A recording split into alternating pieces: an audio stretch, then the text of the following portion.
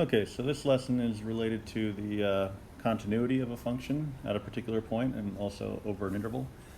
So I'm just going to take you through the nuts and bolts of it, and and then we'll start applying it. Excuse me. So continuity at a point, a function is continuous if the following three conditions are met. So we have f of c is defined, right?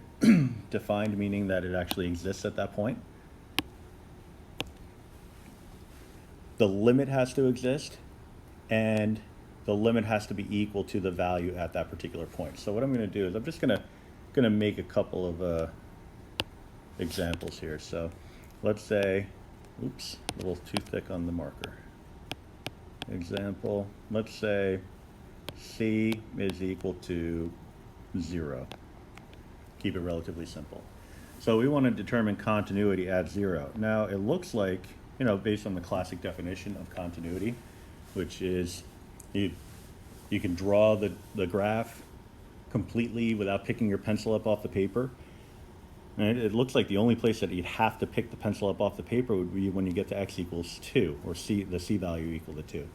So it makes sense that at 0 we would say it's continuous, but let's go through the process and see if that holds up. All right, so first off I would find f of c, so f of 0. All right, so that's a value of 1, because again, when you learn function notation for the first time, it was with the idea that whatever you're putting in for x is going to spit out a y value. So the y value corresponding with that coordinate is equal to 1. All right, then we have to find the limit as x approaches the c value. In this case, the c value is equal to 0 of the function f of x. All right, so that's telling us that, and we covered this, but it's very easy to forget. We have that arbitrary point coming in from the left. We ask ourselves, where is that point going as it travels along the curve coming in from the left? As it gets closer and closer to the x value of 0, what y value is it approaching? It appears to be approaching the same y value that we had a moment ago, which is equal to 1. All right, then we do it from the right.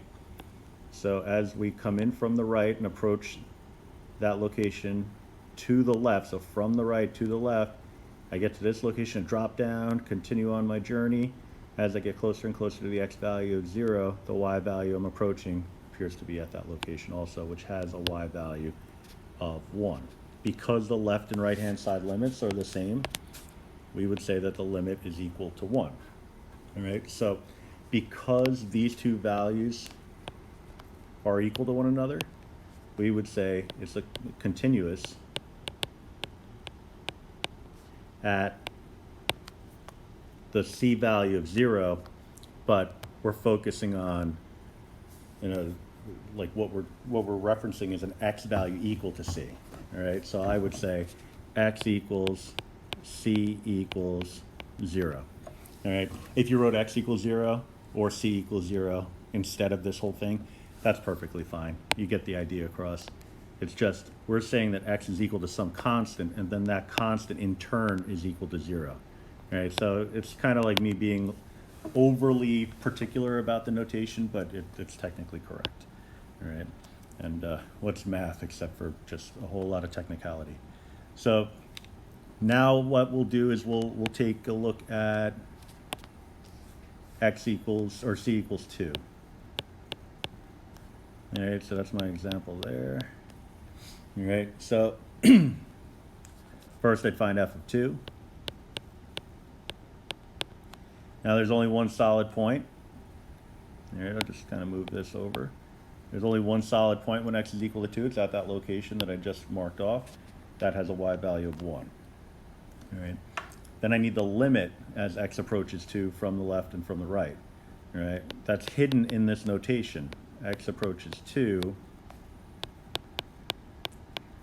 Instead of writing it out separately, what we say is, all right, x approaches 2 means x approaches 2 from the left, 2 from the right. If they do not agree, then it's DNE. All right, so I follow my path as I get closer and closer to the x value of 2. It appears that the y value I'm getting closer and closer to is this open circle, which has a y value of -2.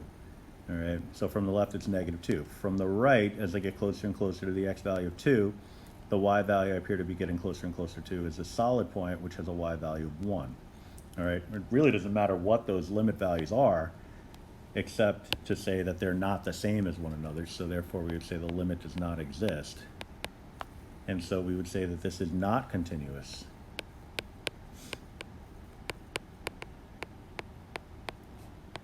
At x equals c equals 2. All right. So you can kind of get across the idea that if you had to prove continuity by looking at every single possible instance in which a function could be continuous, you could be at it for a long time, because I just chose x equals c equals 0 for my first example, but I could have chose x equals -3, -5, -30, -100. I could have chose 1,000. I could have chose anything I wanted except for c, or x equals c equals 2. So it ends up being a better idea to try to identify any points of discontinuity, prove that those values are discontinuous, and then go from there. All right. And so that's what really these blurbs are talking about. All right. It talks about the idea of continuity, but with the idea that essentially we're looking to see that, or if there are any points of discontinuity, and prove that those values are should be eliminated from the set, and then we restate a domain based off of that information. All right, so let's take a look at example 1 below. It says describe the intervals for which the function is continuous. Now, if you happen to know the nature of a function, then there's no reason to do any kind of crazy work, because we're looking at these functions in a wholesale sense. All right, so I'll just type in y equals x squared into my Desmos calculator. I see that that's a parabola, and so yeah, I'm looking visually for any gaps, holes, any kind of asymptotes or anything like that. Polynomial functions don't have those things, right? So this is going to be everywhere continuous.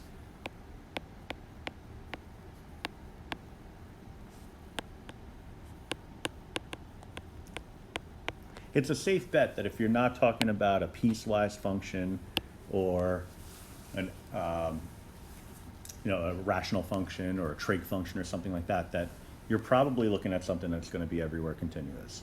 There are exceptions, of course, but those are the things to be on the lookout for. A radical, that kind of thing. Right? So the domain for this interval of continuity would be -infinity to infinity. But then you get to the second one where we have a radical. All right, so you got to think about what's going to break the radical. Any negative under a radical would cause the radical to no longer provide a real answer. So what I would do is I would take the expression that's underneath that radical and set it greater than or equal to 0. All right, so a couple of ways you can handle it at this point. One would be subtract and divide and then take the square root. The other way would be to factor, but it ends up being easier to subtract and divide. So I'm going to take the negative x squared and make it greater than or equal to -1. So I just subtracted the 1 from both sides. I'll divide by a -1, which is going to change the direction of the sign. So I get x squared less than or equal to +1. All right. So then I want to take the square root.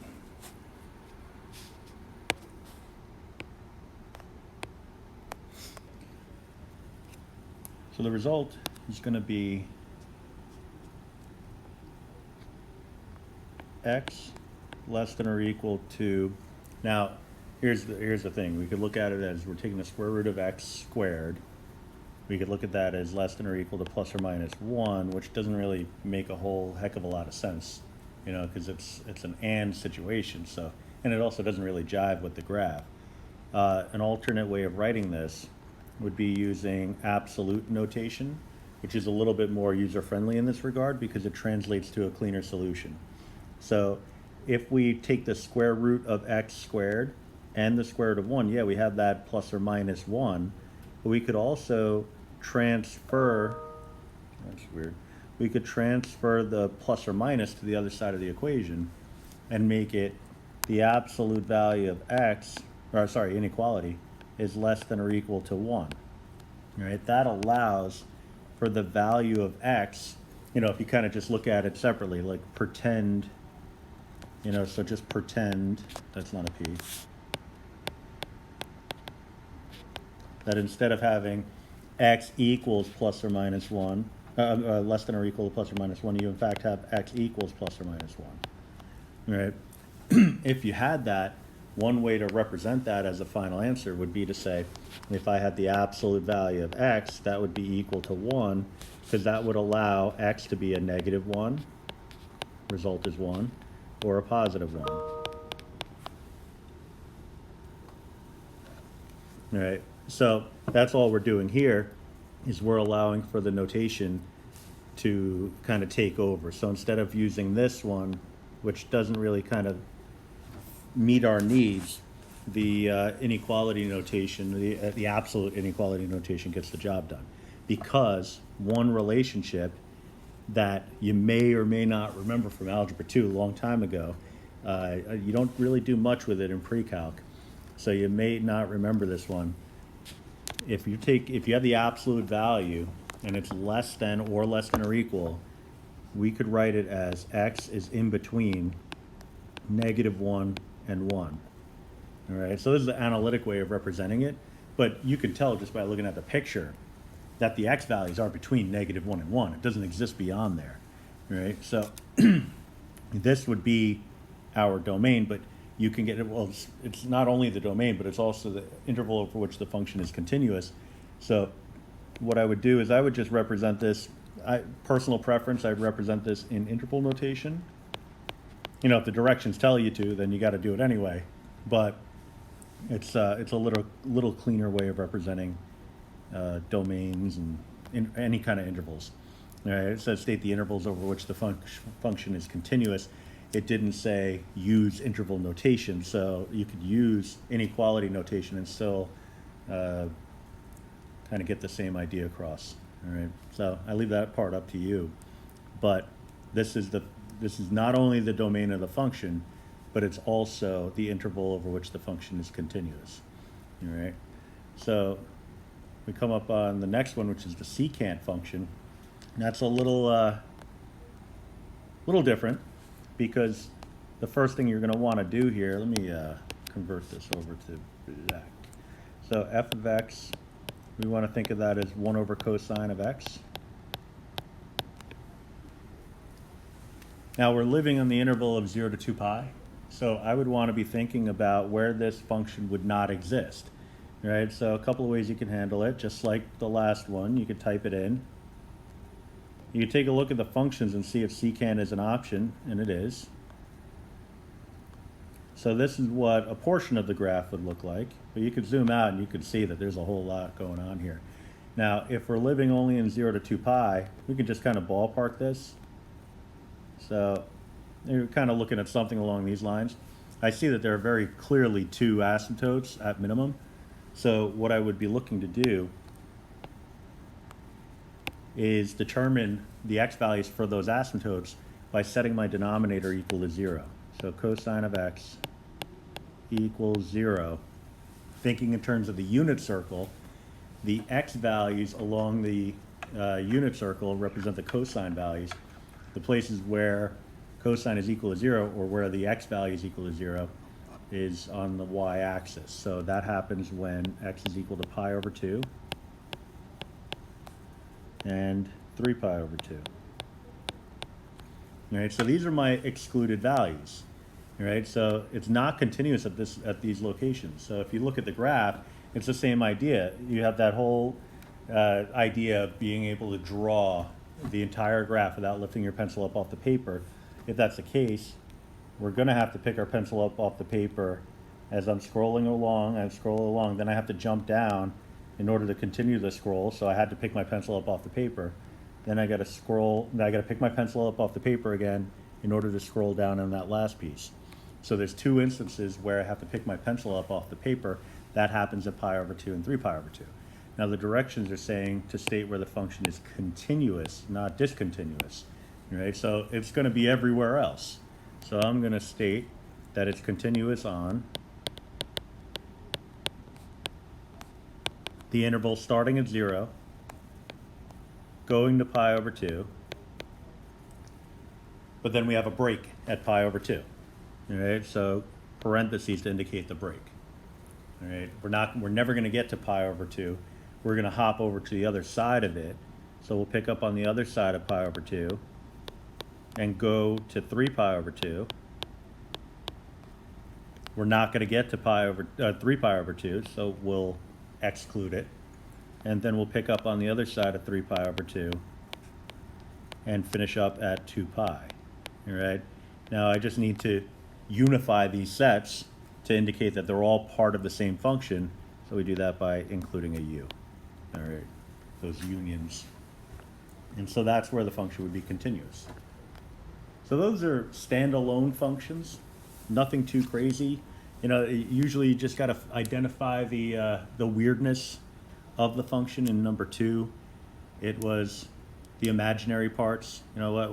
We want it to be non-negative under the radical, so greater than or equal to 0. For number 3, it was where it would be undefined. For number 1, there was nothing to worry about at all. But then we get to piecewise, and when you have piecewise functions, it's a connection of one function to another, or at least you're putting two functions together on the same graph. Whether or not they actually connect is a different story. So there's an extra layer here that we have to account for. That ends up being the idea that each function in and of themselves could be discontinuous at some point, but then they could also be discontinuous at their endpoints. All right, so what I'm going to do first is I'm going to evaluate each function. So we'll look at number 4. We have y equals x. We have y equals x squared plus 1. If you're not sure, put it in the calculator and take a look, but in this case we're dealing with not a horizontal line, just a line in general, not horizontal, not vertical, and we're dealing with a parabola. So both of these are everywhere continuous.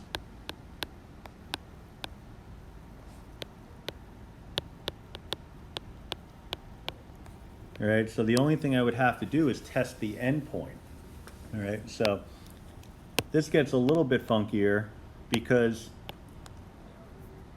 we need to verify that they're actually going to connect. If they're not going to connect, then you're going to have a discontinuity. All right, so the way we handle that is by finding or reevaluate the function a piece at a time for the endpoint of 0. Now, in the case of the right endpoint, we can actually never get to the value of 0. So when you can't get to a particular value, but you'd like to know what would be there even if you couldn't get there, then you're looking at a limit. So the way we handle this is we find the limit as x approaches 0. Now, the first piece here is going to be coming in from the left. All right, because if you were to graph this part of the graph would be to the left of the y-axis and going right up to the y-axis.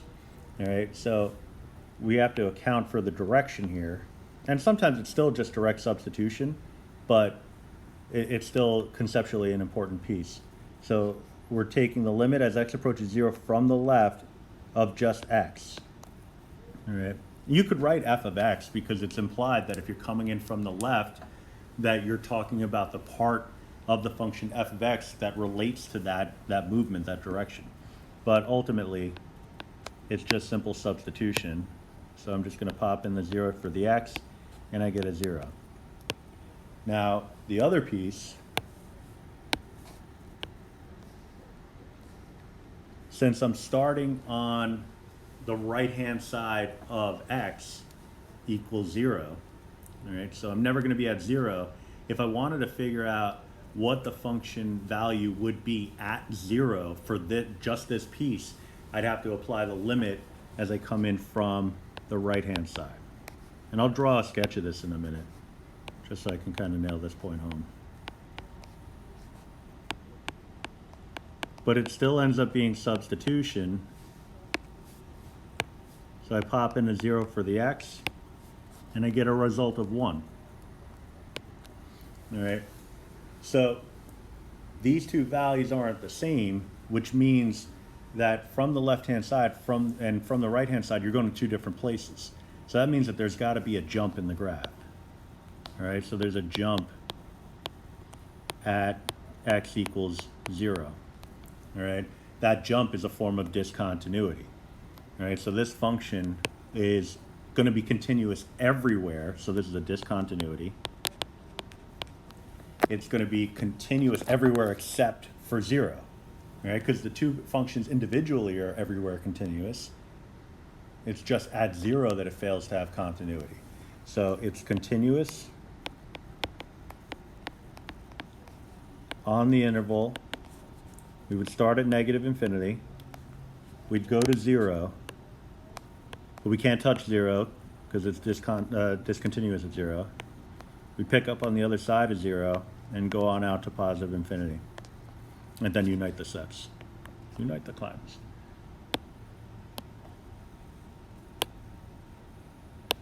All right, little Easter egg there for you for a bonus point. Tell me what movie that was from. Right, unite the clans. Maybe it'll be easier if I did it with a Scottish accent. Unite the clans. That's not really a Scottish accent though. It's not my best work, but hopefully it gets the job done. All right, so send that to me on Schoology, and there'll be a bonus point waiting for you. And I'm sure if you're one of Miss Ingram's students, she'd be willing to throw that point your way also. So send her a message. I'll probably forget to tell her that I put the Easter egg in this video, so she won't know what the heck you're talking about. But yeah, if you explain it to her that there was an Easter egg and you found it, I'm sure she'll give you the point. All right. So continuous on that interval. Now, as promised, I'll create the graph. So we're looking at y equals x. It's a linear function, and that's going to go on the interval of negative infinity to 0. And then we have x squared plus 1, y equals x squared plus 1.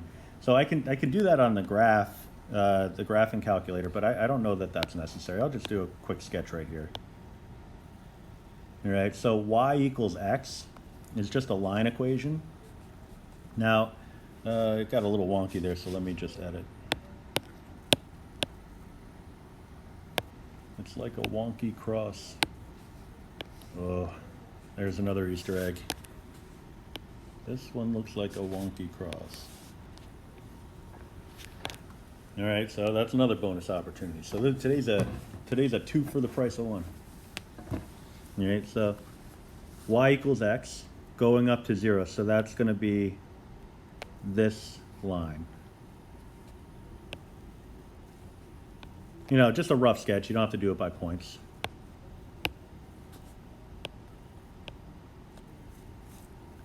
All right.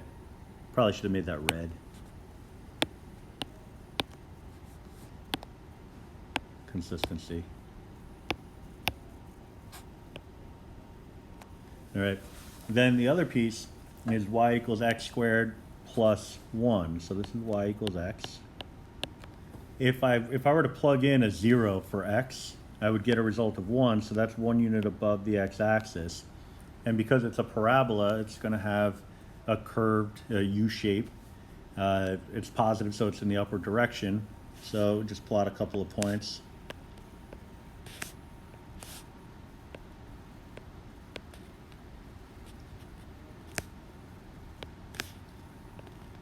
Oh, kind of missed it there. A little higher. It's going to look something like this. It really doesn't matter the quality of the graph. It's really just to emphasize the jump in the middle. So from the left and from the right, you can see that it's not meeting up at the same location. If I asked you to determine the limit as x approaches 0 in general, you would say the limit does not exist, hopefully. But here, it wasn't really asking for that, so you didn't have to worry about it. Can't really get my color scheme down here, so let me make a quick edit. Okay, purple highlighter, that works too. All right, so that's a graph associated with number 4.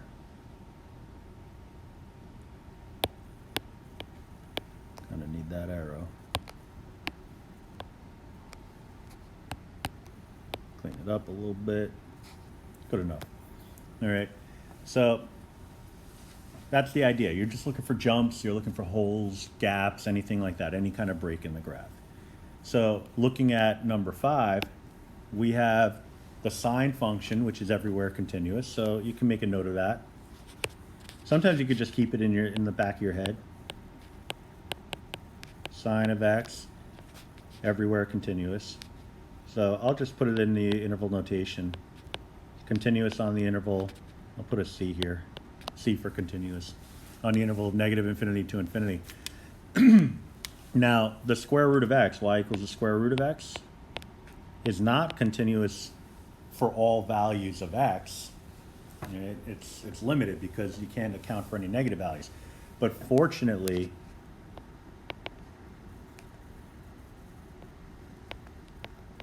that's accounted for in the domain anyway. All right, so this function would be continuous. It would also just exist. It's a domain of 0 to infinity. You could have 0 under a radical, you just can't have a negative. Right? So it looks like in and of themselves, both of these functions are perfectly fine separately from one another. We have some restrictions, but they seem to be accounted for based off of the domain that was provided in the piecewise. Like the piecewise is not asking you to plot an x value that doesn't exist, so that's perfectly okay. Now I just have to test the endpoints. Right? So again, and you know, don't assume that the endpoints are always going to be 0. It's coincidental that in these cases it has been. It could be anything, whatever x is less than or greater than. That's going to dictate what your limiting constant is. So I'm going to say the limit as x approaches 0 from the left of the sine of x, and then we'll have the limit as x approaches 0 from the right of the absolute x. In both cases, it's direct substitution. It's not one of those crazy algebra problems where you have to manipulate things in order to make it work. It's pretty clean. You just plug in, even though it has those little symbols, the minus and the plus, it's still direct substitution. All right, so plug in a 0, square root of 0 is 0. Plug in a 0, the sine of 0 is equal to 0. All right, so the two pieces connect.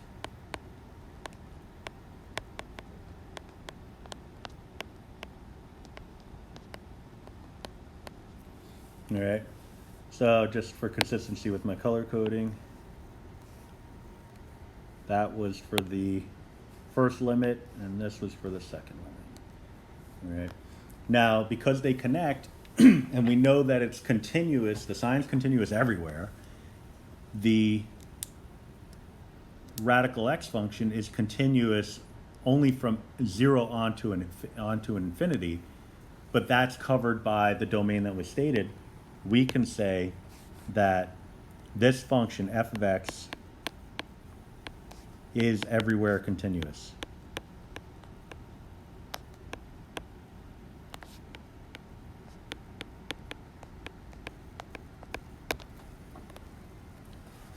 Okay, it's everywhere continuous. Right, and if you were to graph it, you would see that there would be a connection.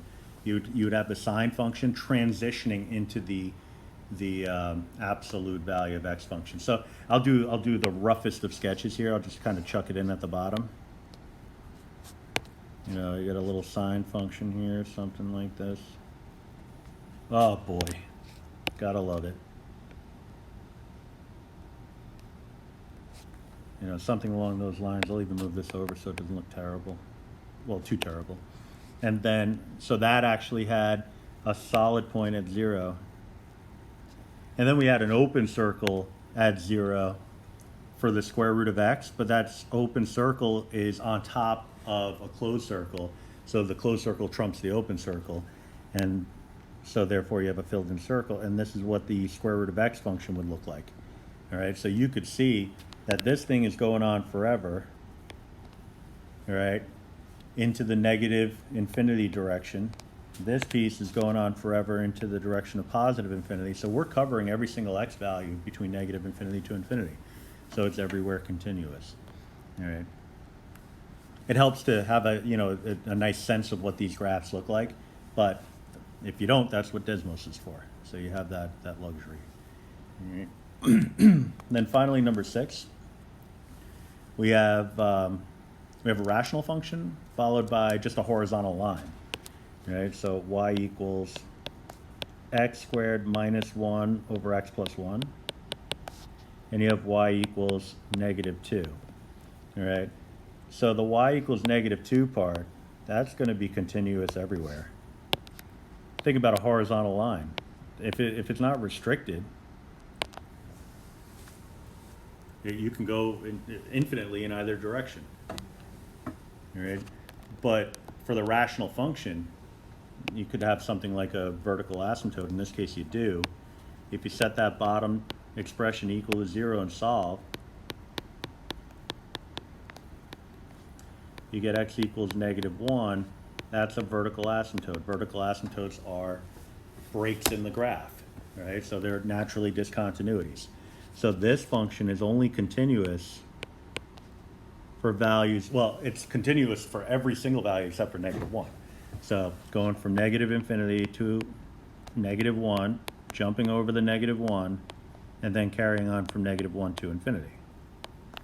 All right, so we have that information in mind getting into the problem.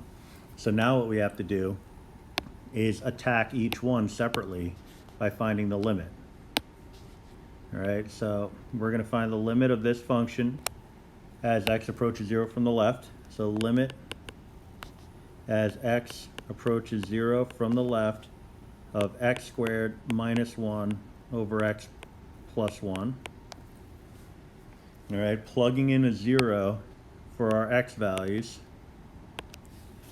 actually cleans up kind of nicely. I mean, you could do the algebra, but it actually works out even if you don't. So that's not too bad. Not too bad at all. So you get a result of -1. All right. And that's because we have that asymptote at -1, so it really is irrelevant to the computation. All right. Then we have this guy over here. So the limit as x approaches 0 from the right of -2, limit of a constant is equal to the constant. All right, so we're going to have a jump again. All right, so I'm going to steal my writing from over here.